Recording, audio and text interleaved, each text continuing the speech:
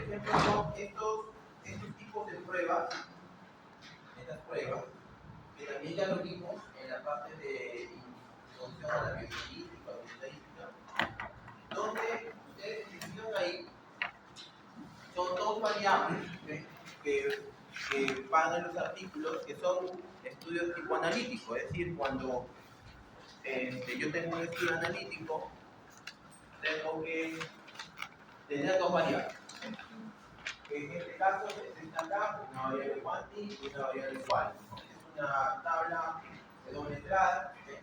Y acá está, por ejemplo, mencionando cuando los datos son independientes y cuando los datos son pareados. Pareados, ¿qué significa? Que cuando el estudio se trata de una muestra que luego se le hace una intervención y yo quiero evaluar lo que está después de la intervención. Eso significa pareado.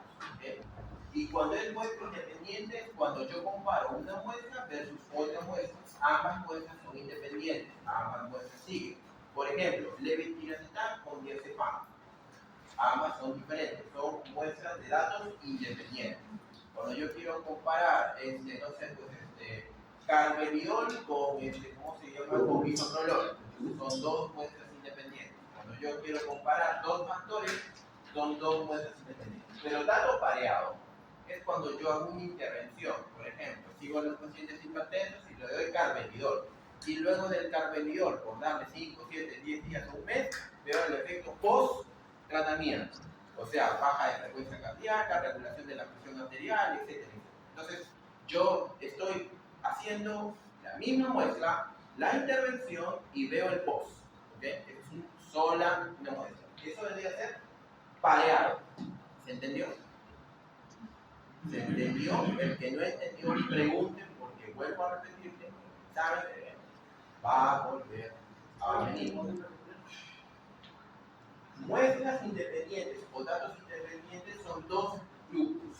¿Okay? Por ejemplo, yo en un ensayo clínico que quiere ver el estatus epiléptico, el control con diazepam versus levetiracetam, o diazepam versus perindoína. ¿No? Entonces, son dos muestras independientes. ¿Okay? Carvedilol versus bisoprolol en el control de la frecuencia cardíaca y la presión arterial. Son dos muestras independientes. A uno le doy carbe, a otro le doy biso. A uno le doy diazepam, a otro le doy perindoína.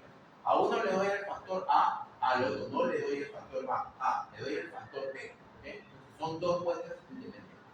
En cambio, datos pareados no. Datos pareados es una sola muestra, o sea, el ensayo clínico, el estudio, trata de una sola muestra y en esa muestra se hace la intervención. Por ejemplo, se le da el carvedilol. ¿Okay? El objetivo es regular la presión arterial. Se le da carvedilol el tiempo por un mes, digamos, y lo comprueba al siguiente mes cómo ha regulado la presión arterial. Por ejemplo, dieta y ejercicios.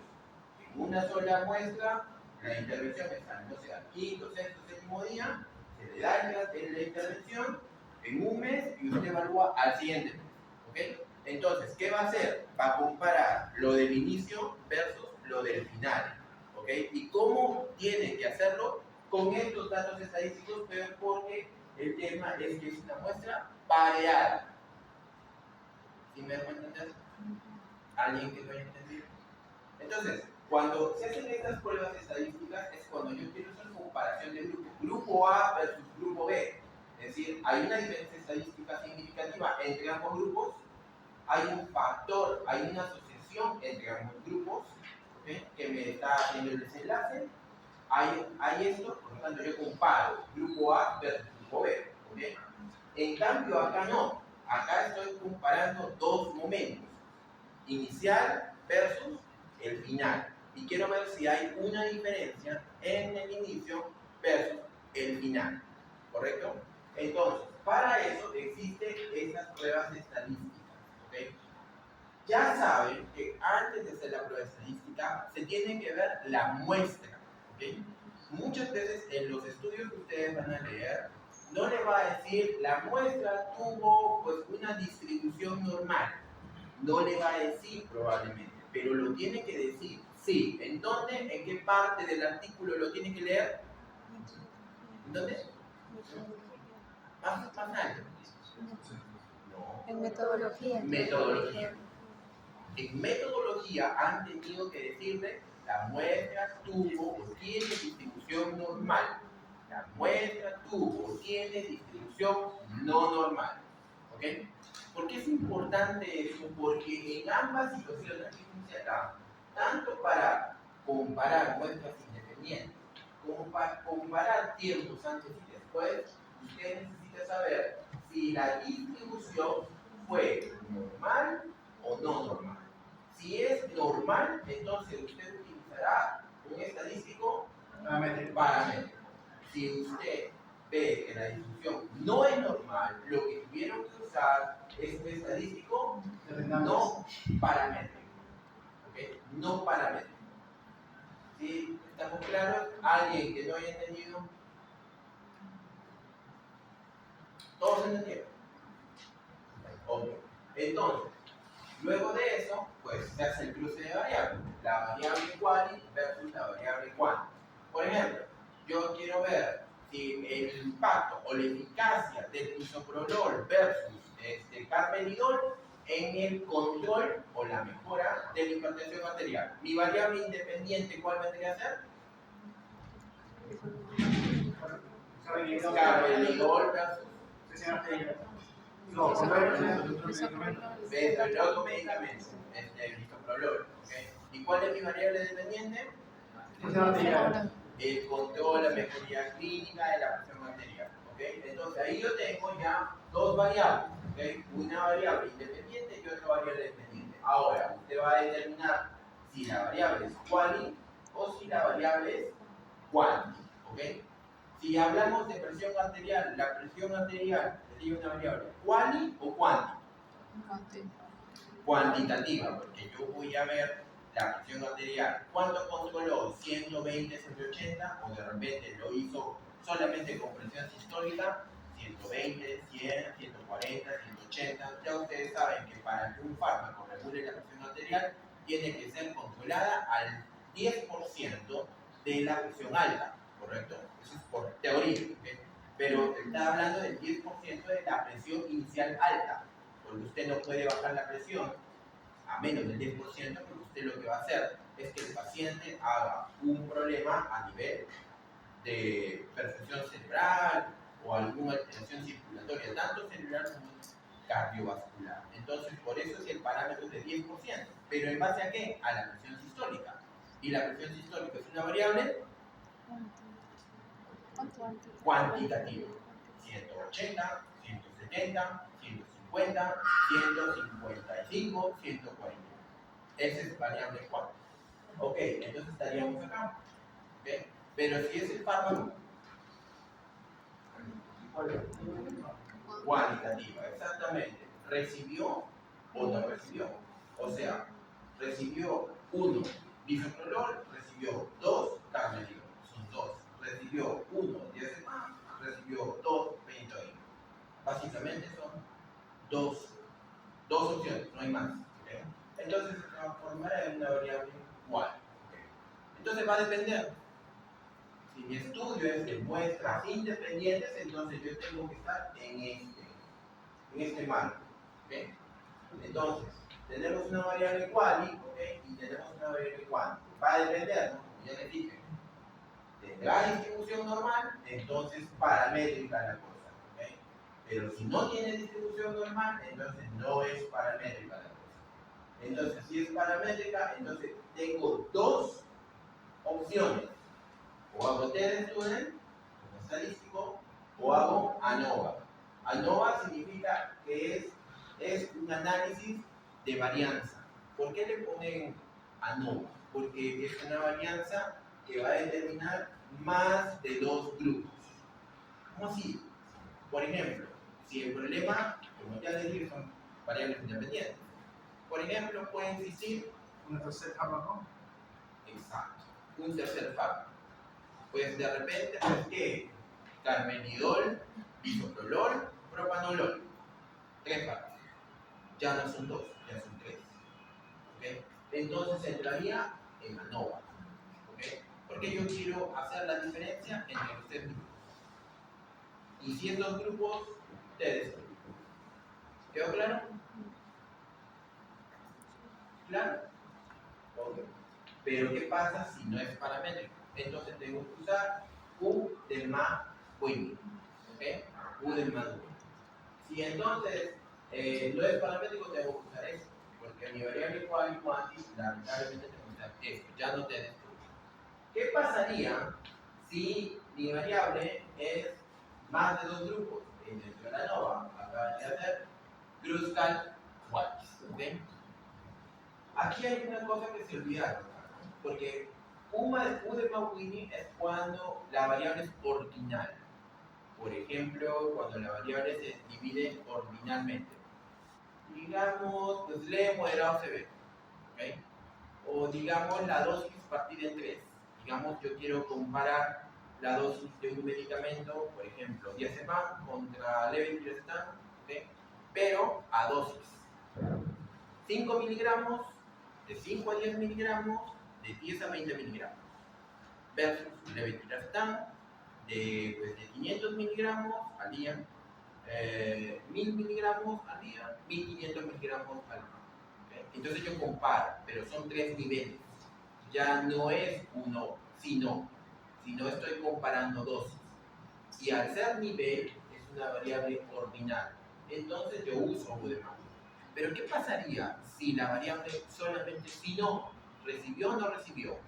Entonces el tema que ya no es un solo dato, ¿cómo se llama? Dos paramétricos, sino sería una variable dicotómica, dos. ¿Okay?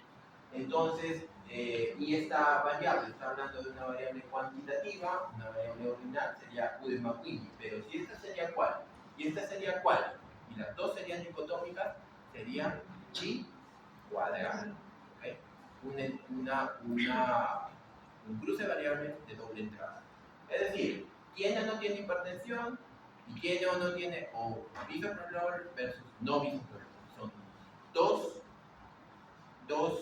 ¿cómo se llama? Dos categorías para acá y para acá. Entonces acá ya no sería más Winnie, sino sería chi cuadrado. ¿Okay? Solo que como acá es quanti, acá es quali, la variable es ordinal, entonces U de más. ¿Ok? ¿Estamos claros? ¿Alguien que no entendió? Cuando es cuantitativa, ambas son cuantitativas, es chi cuadrado, ¿no? Lo que entendí, ¿no? Cuando ambas son cuantis. Sí, es chi cuadrado. No. Cuando es chi cuadrado, las dos variables tienen que ser categóricas. Por ejemplo, bisoprolol versus no bisoprolol versus placebo. Hipertensión versus no hipertensión. ¿Okay? Solución hipertónica al manitol, 20%. El que recibió versus el que no recibió. Hipertensión endocraniana, el que lo tiene y el que se curó. ¿Okay? Entonces son dos variables categóricas. Cuando son dos variables categóricas, cuando se mezclan acá con muestras independientes, la prueba es chi cuadrado. Ahora, usted me dirá, doctor, pero ¿y entonces esto de acá aplica o no aplica? El tema es que cuando ya les dije que cuando una variable es categórica, de por sí, ya el tema de paramétrico o no paramétrico, asumimos que no es paramétrico. ¿Por qué? Porque la variable es categórica, pero aún así igual hay que hacer la prueba. ¿Okay? Solo que aquí el tema no son dos variables categóricas. Acá te está hablando de una variable cuanti y una variable cualitativa. Es decir, una variable sino versus una variable, por ejemplo, como te dije, presión arterial, por ejemplo, la glucosa. Por ejemplo, yo quiero hacer un estudio, o ustedes están a realizar un estudio de glibenclamida. ¿Okay? Glibenclamida sí, glibenclamida el tenor, o el placebo, o insulina, una, no sé, etapa de glucina, sí, versus el que recibió placebo. Yo lo que quiero ver es control de glicemia. Entonces, la variable etapa de glucosina, que vendría a ser cualitativa categórica. Dos. ¿Okay? El que usó y el que no usó. O sea, no hay forma. Tú estás comparando dosis. Simplemente una dosis estándar, sí recibió versus placebo. No recibió. Categórica. Y la otra, el control glicémico, que vendría a ser cuántica. Entonces, si sería una variable cual y una variable cuanti, depende. Yo tendría que ver en la metodología si la distribución fue paramétrica o no paramétrica. O sea, normal o no normal. Si es normal, entonces el estadístico tendría que ser paramétrico. ¿Okay? Y tendría que haber usado ustedes students, esta no, porque evidentemente tendrían que haber más de 2 grupos. Solamente son 2 grupos y por lo tanto y en cuanto a si la no es paramétrico, tendría que ver si la variable es ordinal.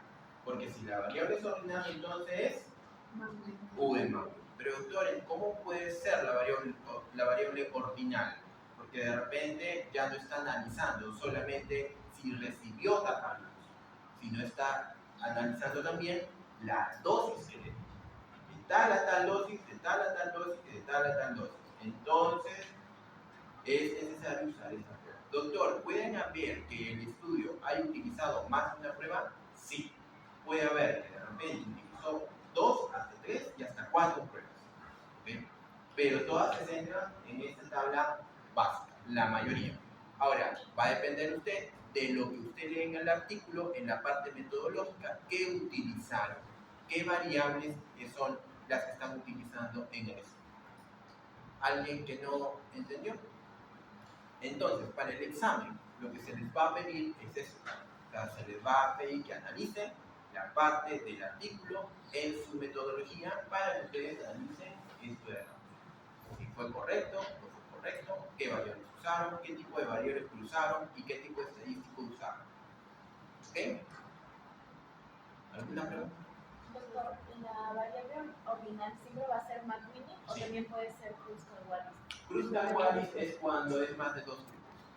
Cuando tú tienes más de 2 grupos, como te dije, si quieres comparar 3 grupos. O puede ser 3 grupos con diferentes dosis, o puede ser 3 fármacos. Por ejemplo, dapagliflozina con qué? Con glibenclamida y con, ¿cómo se llama? Placebo. Es un 3. ¿Okay? Carvedilol, bisoprolol, placebo. 3 hasta 4 puede ser. O sea, yo he visto estudios hasta 5, pero no es usual. Lo que se dice es que para un estudio clínico, el problema de usar, sí se puede usar esto, pero el tema es, hay que leer bien el estudio para ver si es que lo usaron correctamente. Porque ahí hay que ver qué usaron, o sea, qué estás comparando. Un ejemplo, no es lo mismo, por ejemplo, usar que yo estaría comparando 3 diuréticos. Acetazolamida a una determinada dosis, furosemida a una determinada dosis y, por ejemplo, espirone a una determinada dosis. Y lo que yo quiero ver es el efecto diurético mayor. ¿Okay? Pero ya sabemos que furosemida es el diurético que tiene mayor potencia diurética, valga la redundancia. Entonces, por más que yo le ponga acetazolamida y por más que yo le ponga espirone, sé perfectamente que, es más, ante yo escalo la dosis de furo, más diuresis va a tener, ¿verdad? Entonces yo tengo que saber qué cosas están comparando, si son más ¿okay? ¿Sí? Ya no solamente pasa con un tema estadístico, sino pasa con el tema de la variable que están utilizando para analizar en 3 grupos. ¿Okay? Ese es el detalle de cuando se usa más. Por eso es que cuando los estudios lo hacen sencillo al decir un medicamento versus placebo, estás acá básicamente. Y acá como que para el análisis se vuelve más sencillo. No solamente para el que lo hace, sino también para el que lo lee. Porque el que lee, o sea, nosotros sabemos esto como básico. Porque nosotros no somos estadísticos. Nosotros sabemos esto como una base. ¿Okay? Porque es lo correcto que debería haber en la metodología y que tenemos que ver, ¿no? Pero hay de repente, ¿cómo se llama? Estadísticos que son un poco más avanzados, que de repente son algo nuevos, ¿no? Y el problema está que cuando meten eso, y como no lo sabemos, tenemos que investigar. Porque hay veces por ahí se esconden cosas que sesgan los resultados. Y ese es el detalle.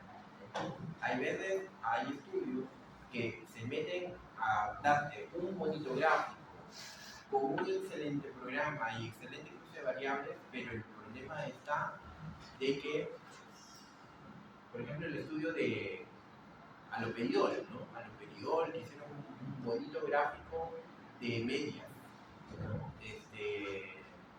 Si tú lo ves desde el punto estético, o sea, como lo está, porque ha sido publicado en una revista indexada. Para ser publicado en una revista indexada ha tenido que tener revisión por pares. O sea, no es cualquier cosa, no es palabra. Es un estudio de tesis, es un artículo que fue publicado en una revista de alto impacto. Para que haya llevado ahí y las conclusiones que tú has podido ver, que todas no son concluyentes, es como esa tesis de una chica que me da, yo veo negativo, o sea, no significativo, no significativo, no significativo, no significativo, ¿para qué? ¿Verdad? Entonces yo te digo, no, vuélvelo a revisar y sabes que presenta unas buenas tablas que te muestren algo bonito del artículo, ¿no? O del trabajo de investigación, porque si tú vas a mostrar no significativo, no significativo, no significativo, cualquiera que lo lea dice, oye, ¿para qué lo hiciste? ¿No? Pero si tú lees ese artículo, que de hecho se me hace muy interesante, porque aloperiol es un fármaco que lo usamos como antipsicótico, que es ¿cómo se llama? Que lo usamos en delirio, y que ha sido muy controversial en el tema del delirio. Si tú ves esos gráficos que están ahí, que han mostrado tus compañeros, son gráficos que así no se hacen, son en programas estadísticos y además a la vista se ve presentable. Aún cuando en la esencia no. Ya, todo eso hay en los artículos, ¿no? Entonces, yo les trato de enseñar esto para que cuando tú leas un artículo, tú te vayas a la metodología y veas el gráfico, veas cómo lo han hecho, porque también hay que ver eso. O sea, uno también cuando lee un artículo, uno no solamente está pensando en el conocimiento que te dé el artículo, sino también en la probabilidad que tú tengas de hacer un estudio similar. Y ya cuando ya seas de repente especialista o cuando estés inclinándote para una especialidad, entonces vas a eso recuperarlo como algo más notorio, porque eso sí lo vas a tener en cuenta. Entonces, estudios como esos, como los que van a revisar sus compañeros, pues es necesario leer la parte metodológica para que te des cuenta cómo lo han hecho. ¿Okay? Bien. Eso, sí. Entonces,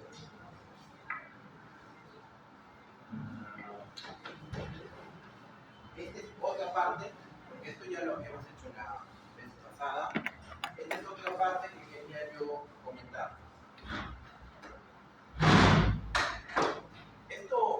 Los tres son artículos publicados en revistas las tres. ¿Okay? Pero el problema es que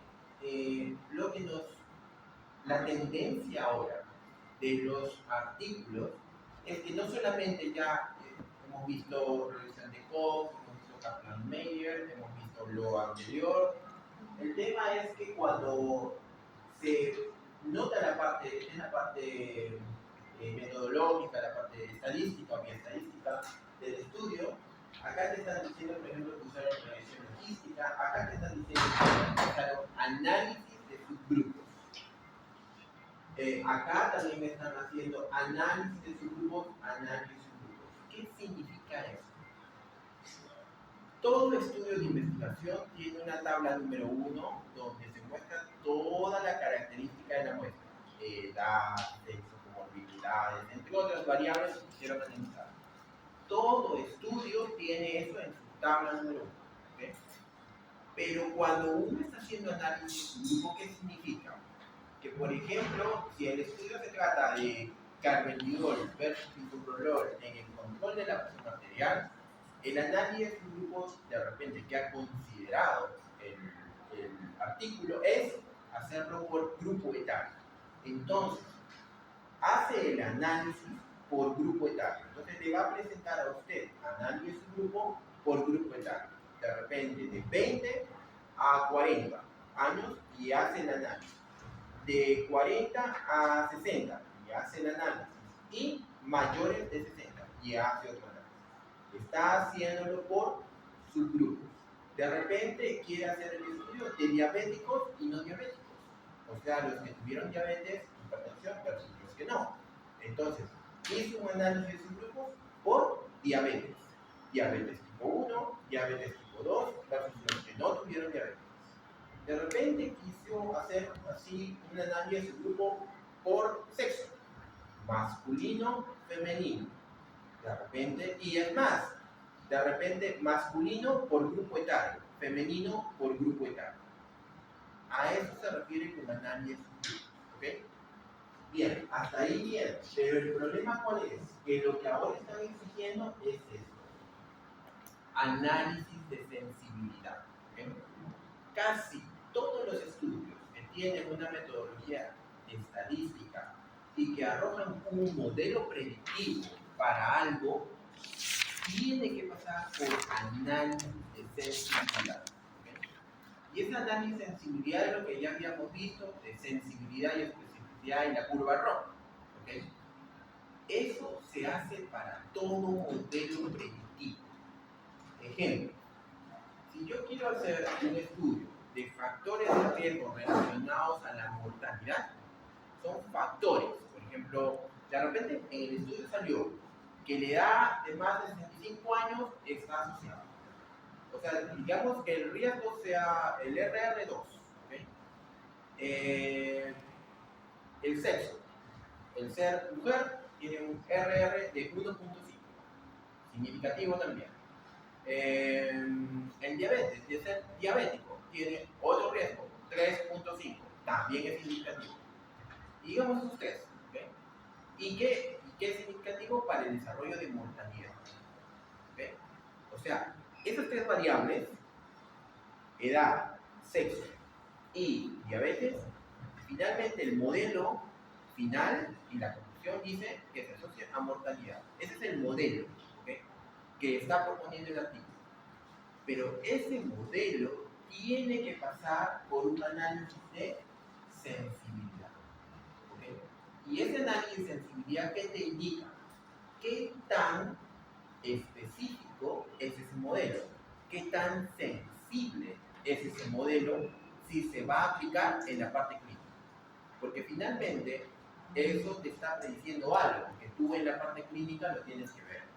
Si ese modelo te predice algo, entonces cuando tú veas un paciente que tenga esas características, edad más de 65, que sea mujer y que tenga diabetes, entonces tú estás recordando ese artículo, está asociado a mortalidad. Eso es lo que nos pasó en COVID, ¿verdad? COVID fue, creo que lo que ustedes más recuerdan, que era la edad, que era no tanto el sexo, sino las comorbilidades, el ser hipertenso, el ser diabético. Entonces, arrojaban predictores de mortalidad. Entonces, ¿qué pasaba? Que un paciente que me venía de 70 años, ¿lo ingresabas a la UCI? No, porque se va a morir. Si tenía 70 años o 80 años, más diabetes, más hipertensión, fatal. Ya, esos salieron con los estudios porque predecían muerte, predecían mortalidad, y por eso es que muchos en el mundo tomaron esas variables para decir, no ingreso, si es joven, no tiene hipertensión, no tiene, pasa, ingreso. ¿Por qué? Porque definitivamente había una cama disponible y no había muchas camas libres.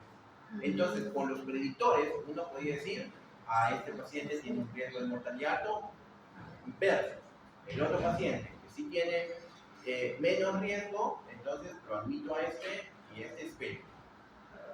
Y así, en muchas partes del mundo, tomaron esas variables y evidentemente en las UCI la mortalidad bajaba, ¿no? ¿Por qué? Porque los pacientes se morían en sus casas. ¿Por qué? Porque les decían evidentemente que tenían una edad muy geronte y que lamentablemente no podían ser intubados ni conectados a ventilador, ni tanto que se hacía tema invasividad por ser factores predictores de mortalidad. ¿Okay? Y así hay otras enfermedades en la actualidad. Por ejemplo, un paciente que tenga, pues no sé, estadio renal, un estadio renal 5, enfermedad renal crónica terminal, entonces el hecho de intubarlo, conectarlo al ventilador, colocarle más situaciones, digamos, no sé, cateterismo, entre otras, invasividad, con un paciente así, representa pues factores que tú ves que, por los factores que tiene alto riesgo de muerte, ¿no? Lo mismo pasa con los neurológicos, ¿no? Porque, por ejemplo, si nosotros tenemos un ACV hemorrágico, Fisher 4, o sea, con invasión ventricular, esa es una escala, ¿okay? Que también fue un estudio validado donde te evaluaba predictor de mortalidad. Entonces, la mortalidad en Fisher 4 supera al 80%. Entonces, tú ya sabes que cuando venga un Fisher 4, hagan lo que hagas, la mortalidad es alta. Así lo entres a sala, así lo intubes, así, hagan lo que hagas, ese paciente tiene una alta mortalidad. Ahora, ese modelo predictivo tiene un análisis de sensibilidad. La sensibilidad, ustedes saben que es compartida con la especificidad. O sea, sensibilidad, ¿qué detecta sensibilidad? Los pacientes enfermos. ¿Qué detecta? ¿Porcentaje de qué? Enfermos.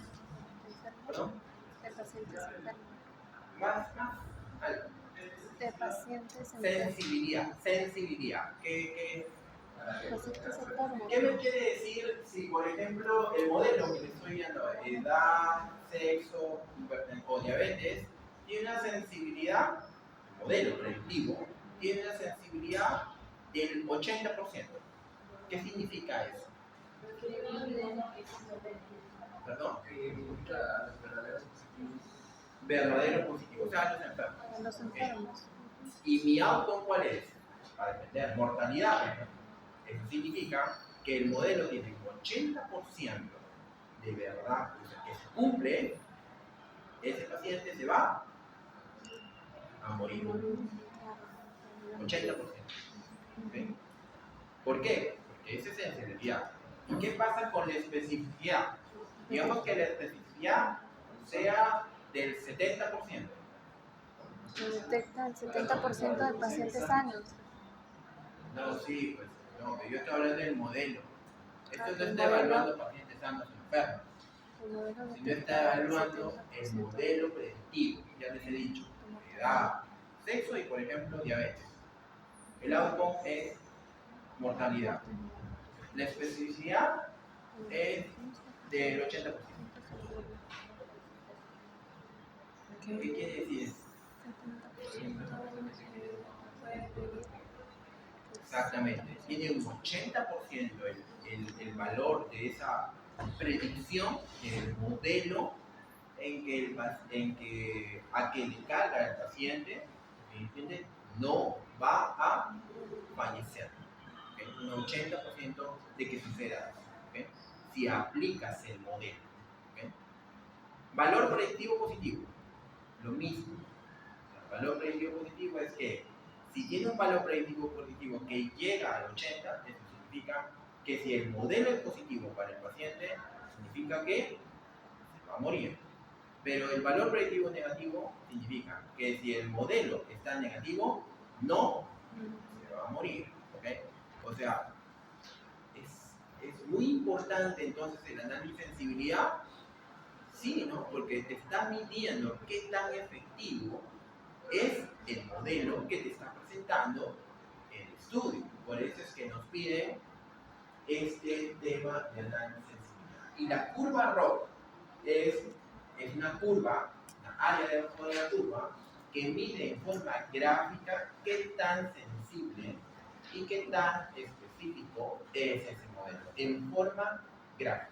¿Okay? Bien. ¿Alguna pregunta con esto? ¿Ninguna? Bien, listo. Okay. Esos dos puntos quería recalcar en la vez anterior. Y vamos con la clase.